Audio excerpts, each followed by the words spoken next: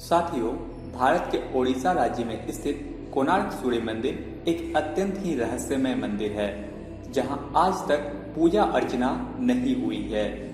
इसकी भव्यता के कारण इसे भारत के 10 प्रसिद्ध मंदिरों में शामिल होने का गौरव हासिल है।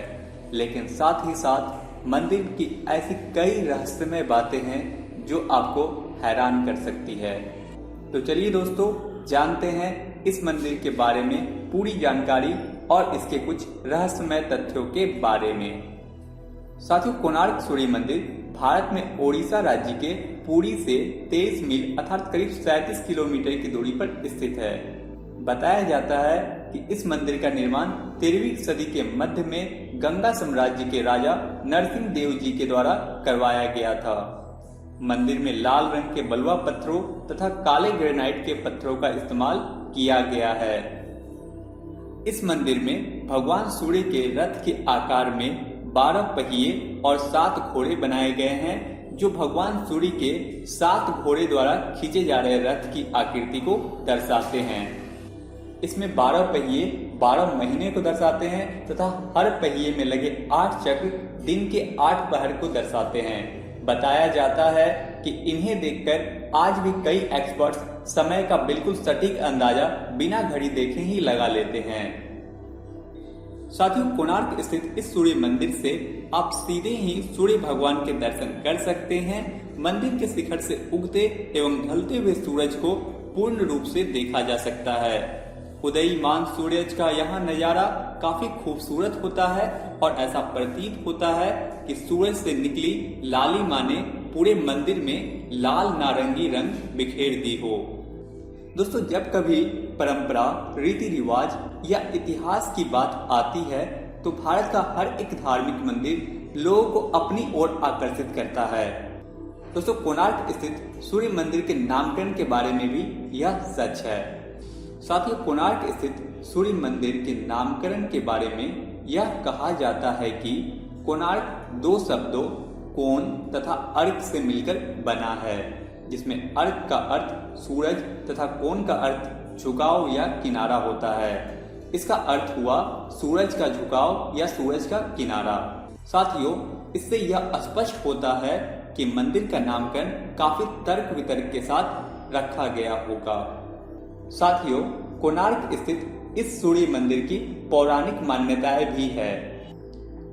पौराणिक मान्यताओं के अनुसार भगवान श्री कृष्ण के पुत्र सांब को श्राप से कोढ़ रोग हो गया था और इस श्राप से बचने के लिए ऋषि कटक ने उनको सूरज भगवान की पूजा अर्चना करने के लिए कहा था। उस वक्त सांब ने मित्रवन में चंद्रभागा नदी के किनारे 12 वर्षों तक कठिन तपस्या की। इससे सूर्य देव प्रसन्न हो गए तथा सांब को सभी रोगों से मुक्त कर दिया। इसीलिए सांब ने सूर्य भगवान का मंदिर निर्माण करने का निश्चय किया। चंद्रभागा नदी में स्नान करते वक्त उन्हें सूर्य देव की एक मूर्ति मिली। यह मूर्ति देव शिल्पी विश्वकर्मा जी के द्वारा बनाई गई थी। इस मूर्ति को सांब ने मित्रवन के मंदिर में स्थापित किया। तब से इस स्थान को पवित्र माना जाता है। आपकी जानकारी के लिए बता दें, कोणार्क स्थित सूर्य मंदिर चंद्रभागा नदी के मुख पर ही बनाया गया है।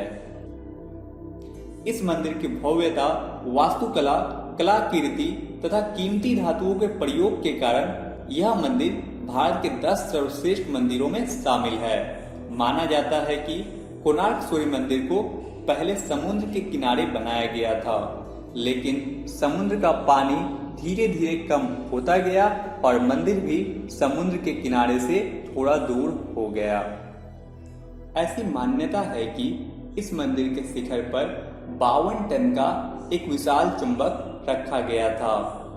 इसी चुंबक के कारण भगवान सूर्य की प्रतिमा हवा में तैरती नजर आती थी।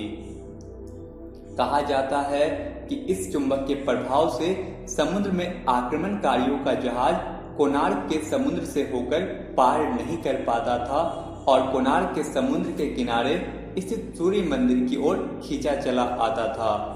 इसके कारण आक्रमणकारियों ने मंदिर के शिखर पर लगी विशाल चुंबक को नष्ट कर दिया। चुंबक के नष्ट होते ही यह मंदिर क्षतिग्रस्त हो गया और चुंबक से संतुलित लोहे से बनी प्रतिमा तथा पिलर असंतुलित होकर क्षतिग्रस्त हो गए। हालांकि इस घटना का कोई ऐतिहासिक विवरण नहीं मिलता। दोस्तों, कोणार्क मंदिर के बारे में कहा जाता है कि यहाँ आज भी नर्तकियों की आत्माएं आती है। अगर कोणार्क के स्थानीय लोगों की माने तो यहाँ आज भी नर्तकियों की पायलों की आवाज सुनाई पड़ती है। बताया जाता है यह वही नर्तकी हैं जो यहाँ के राजा के दरबार में नृत्य किया करती थी।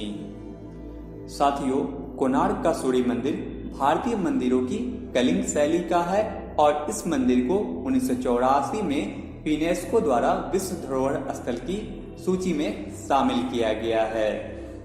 आपकी जानकारी के लिए बता दें, यह अकेला ऐसा मंदिर है जिसे विश्व धरोहर स्थल होने का गौरव हासिल है।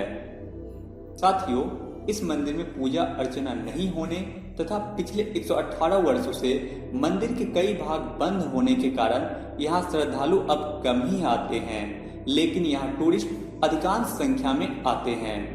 टूरिस्टों के भीतर इस मंदिर की रहस्यमयी बातें काफी रोमांच पैदा करती है और इस कारण वर्ष भर यहाँ लाखों की संख्या में टूरिस्ट आते हैं। तो दोस्तों, आपको इस मंदिर की रहस्यमयी बातें और जानकारी कैसी लगी हमें कमेंट सेक्शन में लिखना ना भूलें। साथ ही साथ हमें यह जरूर बताएं कि आप किस टॉपिक पर अगली वीडियो देखना चाहते हैं। हमें आपके जवाब का इंतजार रहेगा। तब तक के लिए धन्यवाद। फिर से मिलते हैं अगली वीडियो में। जय हिंद।